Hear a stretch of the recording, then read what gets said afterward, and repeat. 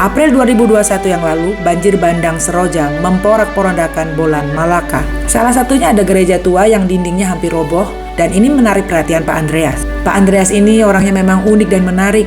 Hobinya suka menolong orang. Di mana ada bencana, pasti di situ ada Pak Andreas. Awalnya Pak Andreas berniat untuk merenovasi saja, tapi dalam waktu 5 menit beliau berubah pikiran. Hatinya yakin bahwa beliau harus membangun gereja baru di Bolan. Yang menarik, gereja ini dibuat tanpa arsitek. Pak Andreas menggambar dan menuangkan apa yang diinginkannya dan langsung dikerjakan. Lebih gilanya, hanya perlu 5 bulan saja gereja ini sudah selesai. Atapnya dibuat tinggi dan ada lapisan anti panas dan peredam suara, supaya saat hujan tidak ribut. Uniknya lagi, gereja ini dindingnya tidak terbuat dari tembok, tetapi dari plat besi cutting yang begitu tebal dan kokoh.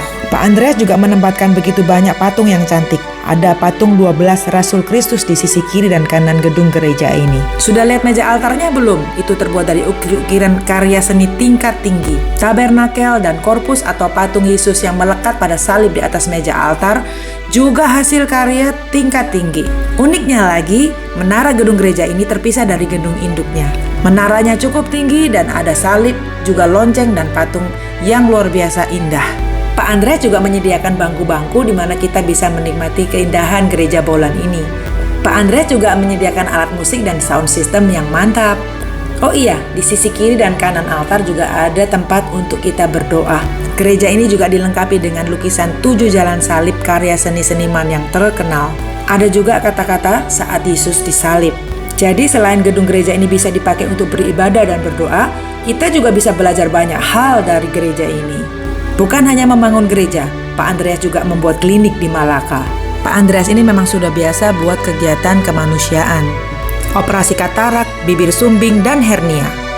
Membangun rumah ibadah, sekolah, krematorium, rumah duka. Orang yang kebahagiaannya adalah menyenangkan hati orang lain.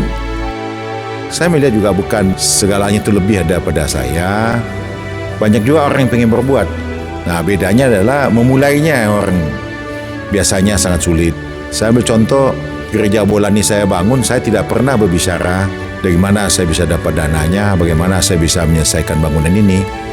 Ternyata begitu teman-teman saya tahu saya lagi membangun di sini, saya juga tidak pernah kepikir mereka pengen terlibat di dalam hal mendukung pembangunan gereja ini. Mulai dari atap, ya itu ada yang menyodorkan pada saya, sahabat saya di Pekanbaru namanya Pak Tony. Mulai daripada keramik, support. Jadi saya tidak pernah berbicara dan saya tidak pernah mengatakan saya butuh bantuan. Tetapi pada saat teman-teman ini tahu saya berbuat, daripada lampu, karena aneh kayak kita bisa mengadakan kipas angin sebesar ini, orang bilang kayak pesawat terbang. Sound system ada teman saya, Thompson, Cunagio. Jadi hampir semua teman-teman ini, saya menyalurkan saja. Saya membangun ini tanpa gambar. Jadi saya ada ide, kemudian saya rakit di kantor saya. Kenapa gereja ini bisa 5 bulan? Karena kebetulan saya juga Katolik. Jadi saya tahu apa kebutuhan daripada standar gereja. Ya, sampai jalan salib. Begitu ada teman saya, Ibu Angela namanya. Ya, saya bilang, Ibu Angela, saya pinjam saja. Saya repo. Nah, kemudian kayak bangku gereja. Jadi saya lengkapi. Jadi tidak ada satu benda gereja lama pun yang kita pakai, semuanya itu baru. Jadi kita hitung ventilasinya, cahaya lampunya. Masyarakat di sini tiap malam datang ramai-ramai melihat lampu. Ada lampu yang indah yang bisa mereka duduk melihat setiap malam. Suasana gereja ini bisa menghasilkan pendapatan bagi masyarakat. Jadi mereka bisa berusaha di sini, bisa menjual dia punya produk-produk, apakah itu kuliner. Kita juga nanti akan menyediakan baju mok yang bergambar gereja. Kita juga menyediakan salib, menyediakan Alkitab. Itu diberikan oleh teman-teman saya lebih daripada sebuah bangunan. Semuanya berkat teman-teman semua. Saya juga tidak pernah mimpi bisa buat begini. Saya juga membuat masjid, membuat musola, membuat vihara, membangun rumah duka. Ya, satu kepuasan lah. Saya juga menulis tentang sejarah gereja. Gereja ini tahun 1965 itu adalah daerah ini dulu daerah komunis. Jadi kalau saya tidak menuliskan sebuah cerita, generasi anak cucu nanti yang sudah mulai, dia nggak tahu apa sih gereja ini dulu, siapa yang dirikan, kita tahu. Kita bangun klinik di Malaka ini, operasi mata. Tanggal 30 November, tanggal 1 dan 2 Desember. Umat di sini ternyata penderita mata banyak.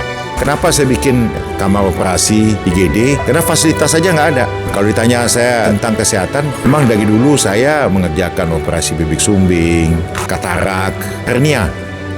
Jadi tadinya mau kita operasi juga di sini. Di sini di Malaka ini banyak penderitaannya. Kembali kalau untuk mata, besok kami ada 6 tim dokter mata dengan 6 asistennya. Kami berharap bisa operasi antara 350 sampai 400 selama 3 hari.